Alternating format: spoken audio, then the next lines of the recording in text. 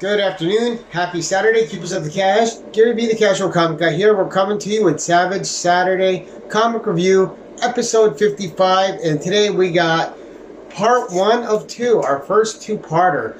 And we're going to review a book that you can't get in reprints. Why? Because one of the characters that is in this book has a license that belongs to another company. And therefore, much like the early Marvel Micronauts, the early Marvel ROM issues, you can't get them in reprints. You either have them or you don't, because they are owned by other companies and they're intellectual property of other companies, and Marvel does not have the reprint rights to those. So you either have the stories and you don't, and that is the same with these two issues that we're going to cover. First today, Conan the Barbarian, issue 14. Next week we will cover 15. And this is the cover here. So, issue 14, The Coming of Elric. And just a great story, great issue, great guest appearance, and some fun returning characters with Zukala and his daughter. So, just a really fun issue. We're going to get into it. But first, we're going to pull out one of my little Roy Thomas Bibles here, Barbarian Life, Volume 1, which chronicles a issue-by-issue breakdown of Conan the Barbarian 1 through 50. Beautiful book, great insights. And we're going to read you just a little bit about Barry and Roy and Michael Moorcock bringing the character Elric of Melniboné to Conan the Barbarian. And just a little excerpt, because it's funny. We made one mistake that I've always regretted, says Roy. The American paperback publisher of the Elric books had, for some reason, fronted them with cover paintings of Elric that had him wearing a tall peaked hat, not unlike the dunce's cap of early American schools and many a schoolboy cartoon ever since. That hat has no counterpart whatever in the Elric stories, but it was such a strong visual that, without thinking much about it, Barry and I slapped it onto Elric's head. Barry drew the pictures, of course, and I remember distinctly that I wanted that hat there too. By the time we realized our folly, it was too late though. Michael Moorcock has always told me that he forgives us. So, Conan the Barbarian 14 was the first issue in quite a while to be published on a new bi-monthly basis. So, alright, a lot of fun there. Conan the Barbarian had almost got canceled with issue 7. And then it went to bi-monthly, and then the sales picked right up again, started increasing, and it became one of the best-selling comics of Marvel in the 70s, just bar none. It was just fire all the way through. But anyway, so we'll show the cover one more time, and then we're going to open up my reader copy, and we're going to go through and take a look at this story. And like I said, you cannot get this in reprints. So even when you buy collected versions of the Marvel comics, either whether they were produced by Dark Horse or Marvel, or even the omnibuses, these issues are omitted because of the Elric character. So this is it. You either see them here or you don't. I believe they've never been reprinted. If you think they have and you know, let me know in the comments below. I'd love to get those reprints myself. But I've never found them. Alright, so, of course, script by Roy Thomas, art by the always fabulous Barry Windsor Smith, with inks by Sal Buscema, and a plot assist by Michael Moorcock, who is the creator of Elric of Melniboné, and James Cawthorn. So, our story opens with a woman being chased by this band. Let me see. She was dying beneath the Swords of Chaos. So they are called the Swords of Chaos. I don't know why I was blanking on the name. Good little opening panel. They just happen past Conan while he's up there surveying his route. And Conan isn't going to let a damsel in distress go by without at least trying to save her. And he's like, "Oh, dogs, does it take the four of you to slay one helpless female?" And they're like, "Oh, wait, barbarian, or else you'll be a casualty too." It's none of your business. He goes, I'll make it my business. I like the way she looks. So, in true Conan fashion. But Conan starts cutting through these guys. But these guys, they're tough. And he doesn't notice at first that they're horses. They're not regular horses. They're kind of like demon mounts. And definitely from not around this land. So Conan's fighting these guys. He's getting in a little bit of a trouble. And there's something tipped on their sword. And he gets scratched. And all of a sudden, whatever their swords are drugged with is taking effect. But all these white birds show up. And they mention that they have to get back to Zombard and face these guys will face their vengeance. Sorry, I got distracted there a second. But here we are. We have the ghost white birds that are helping Conan. We have Conan in battle. Just some great pages. A lot of great action. Barry Windsor Smith was really finding his stride, putting more and more detail into these panels and into his art. Something that he would come to be known by. And so the girl's saved by the birds and by Conan. And he doesn't recognize her at first, but he's met her before.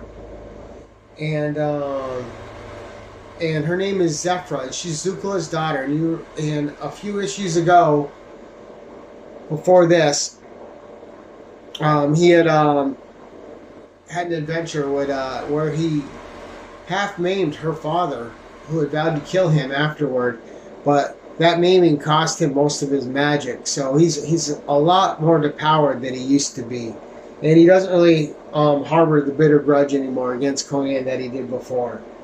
But you find out that he had sent his daughter to meet Conan. That he has something that he needs Conan to do, and these bandits had happened across her as she was on her way to get them. So she's explained to Conan that they had nothing to do with her dad, and he agrees to go back to Zukala's abode with her to meet with him. But once there, Zukala's much changed. He doesn't wear the mask he had before, and he's grown a lot older, having lost most of his magic through his battle with Conan previously. And Conan calls him out on it. He's like, "Where's the fiery mask you wore? The trappings of power." And Zukala explains to him, "I lost. When you cleave that in half and part of my face, most of my magic left me. Now I can grow old." And Zukala's daughter Zephyra has always kind of loved Conan since she met him. And Conan recognizes the wizard's voice. He knows it's him. But the wizard has a task for him. And the wizard doesn't mince words, and it's something Conan respects of the wizard. So the wizard brings him to this magic pool. He still has some of his magics left. And Conan's asking him why he's there. And the wizard says, "Still, it's not to speak of Zephyr that I brought you hither, Black Mane, but to glimpse this enchanted fountain." And he casts this little spell in this fountain. And this is where we get our very first peek of one of the all-time great villains in Conan mythology. And that's Kulan Gath. And so here are the panels I was just talking about. There's the picture of Kulan Gath in the water. Just great detail by Barry Windsor Smith in the art. Incredible storytelling by Roy Thomas. Giving you everything you need to know in the dialogue. And Barry Windsor Smith just complimenting that with the art. And he says, Kulan Gath is a rival of the great Tatharman, most sinister of Stygians. Even now he seeks out dark secrets to make himself master of the world. So these two powerful wizards or magicians, whatever you want to call them, sorcerers, they played Conan throughout his career as every stage of his life, from thief to Kozak leader to king, to being a king of Aquilonia, of Illusia, but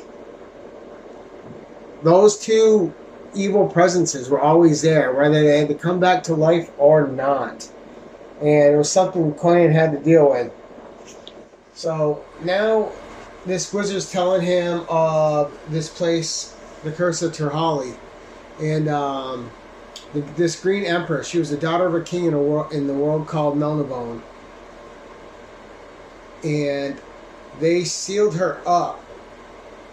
They defeated her. She was evil. She was called the Green Empress. And when they sealed her up, they teleported her castle from Melnibone's world to Conan's world in the Hyboria and sank it. So the golden spires are visible from above, and Zukla tasked Conan to go there. I'm sorry, he says, now not save Yugola's highest towers shone above the waters, which called the Cyan Lake, lo, many leagues hence. But there are towers of gold, Conan, priceless gold, which in the noonday sun, gold which is yours, Conan, for the taking, if you will aid me in my enterprise.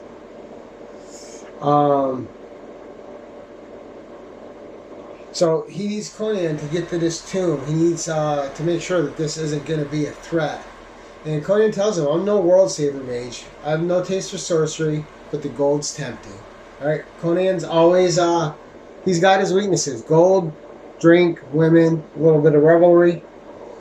And he tells Conan that he's going to need a little bit of a magic spell on his sword to break the armor of someone he's going to have to fight. So, Conan's kind of doubting it, and Zuko says, ever the skeptical barbarian, eh, Conan? Fear not, 'tis only that the foes you go to meet may you not succumb to cold steel alone. And now it's kind of like those creatures he was fighting to save Zephyra. And so away Conan goes after getting his sword ensorcelled, and he's on his way. But there's something more going on. And Azukla thinks to himself, well, it's done, Lord Arkin. The Cimmerian rides in the service of you, Lords of Law, though he knows little and cares even less.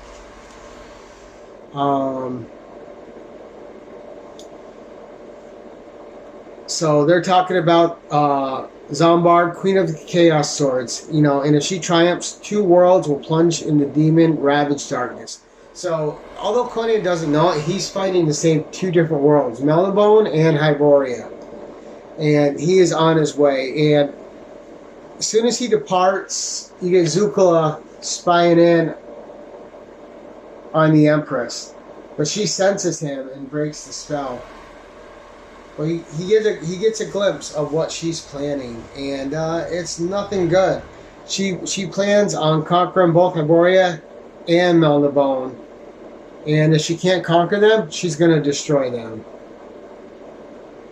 All right, and she has her champion, a guy named Prince Gaynor, who you saw kneeling with her. Right, and get you a better picture of it. This panel right here. So, and he's got his own kind of enchanted armor about him.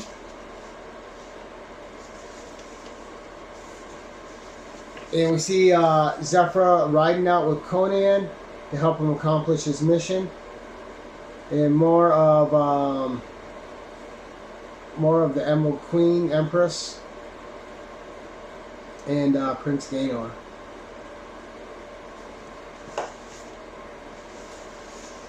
But as they're riding and they're trying to get to this place,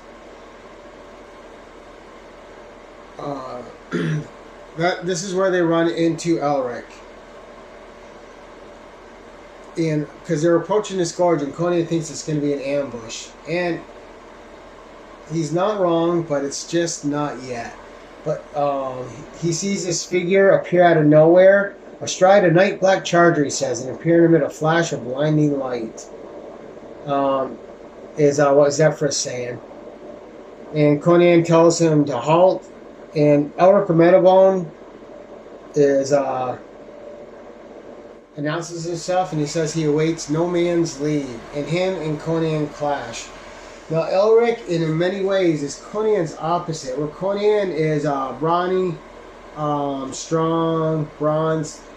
Elric is an albino, and he's fairly skinny, and he gets most of his power through magic and his sword. 2 things that Conan despises, yet they're going to have to learn to work together if they're going to defeat this evil.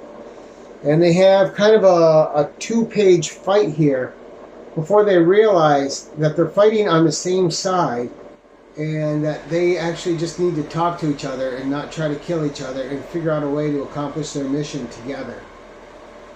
But a really good battle, paying respect to both characters from two different properties, and giving them each their time in the glory there.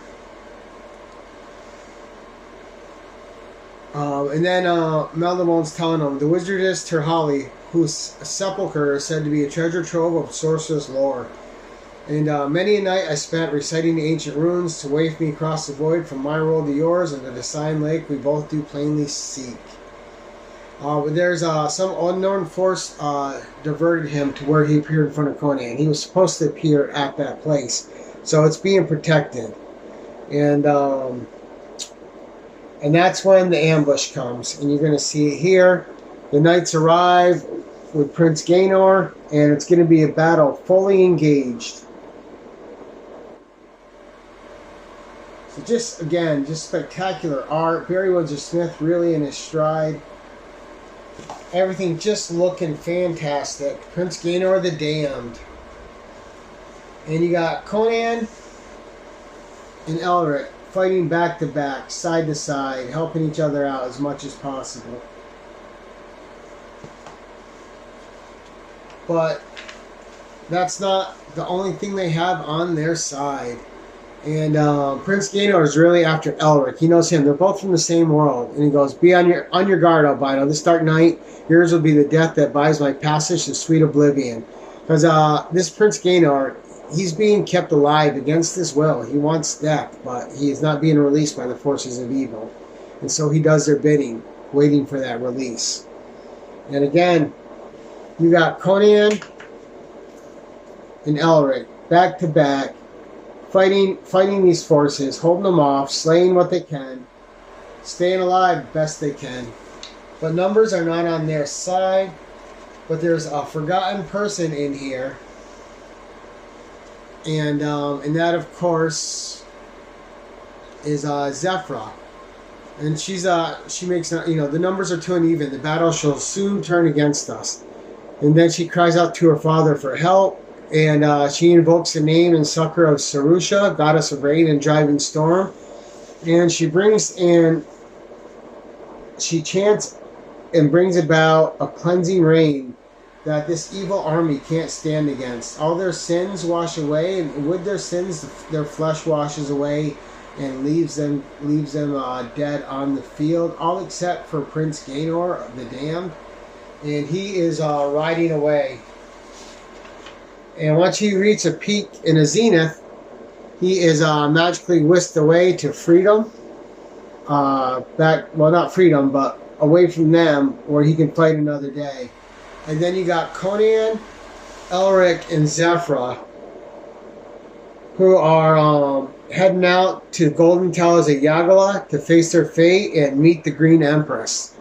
And so, looking forward in the issue ahead, we got the Green Empress, we have Kulan Gath, and our three heroes, and hopefully they can win the day. So that's coming up next week, the conclusion to this tale. And again, one you cannot find in reprints that I'm aware of because of the mix of properties. But a great issue, one of the iconic ones, one that keeps rising in price, especially with the whispers of an Elric movie coming about at some point. I believe the rights were bought by Paramount. I could be wrong on what company bought the rights, but they bought the rights a year or so ago. Plus, we just had an Elric two-part story just come out recently. So the character is having a resurgence, and with this resurgence, of course, you're seeing the prices rise on these books. Luckily, I already have them in the collection, but if you're looking for them, now's the time to bite the bullet and go buy them.